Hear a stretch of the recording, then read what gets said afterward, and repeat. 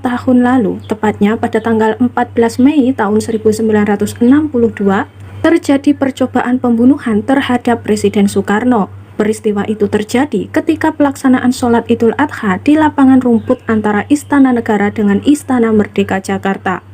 Maulwi Sailan dalam Penjaga Terakhir Soekarno terbitan tahun 2014 mengatakan seseorang tiba-tiba menembakkan pistol ke arah Bung Karno ketika sholat sedang berlangsung. Si penembak itu berada 4 baris di belakang Bung Karno. Belakangan diketahui bahwa si penembak mengaku kesulitan membidik sasarannya karena melihat 2 orang yang mirip dengan Bung Karno.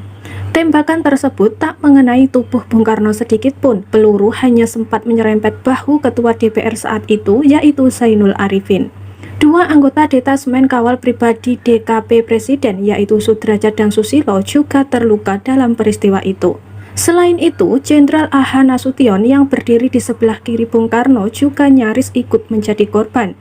Dilansir dari Historia, Mangil Martowijojo dalam kesaksian tentang Bung Karno 1945 sampai 1967 terbitan tahun 1999 mengaku telah mendapat informasi mengenai rencana pembunuhan itu 1 hari sebelumnya.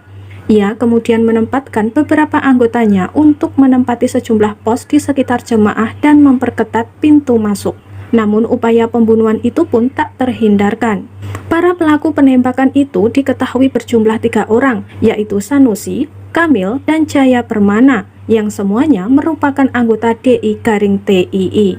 Setelah dilakukan pengusutan terhadap pelaku, seorang pemimpin pesantren di Bogor yaitu Haji Muhammad Bahrum juga ikut ditangkap. Ia diduga menjadi otak dalam upaya pembunuhan itu dan telah memberikan undangannya sebagai akses masuk istana saat pelaksanaan sholat. Mahkamah Angkatan Darat kemudian menjatuhkan vonis mati kepada para pelaku, sementara Haji Muhammad Bahrum harus mendekam di penjara. Setelah peristiwa tersebut, Bung Karno tak lagi sholat di tempat terbuka. Peristiwa ini juga mendorong Jenderal A.H. Nasution membentuk pasukan khusus yang bertugas untuk melindungi dan menjaga keselamatan jiwa kepala negara dan keluarganya.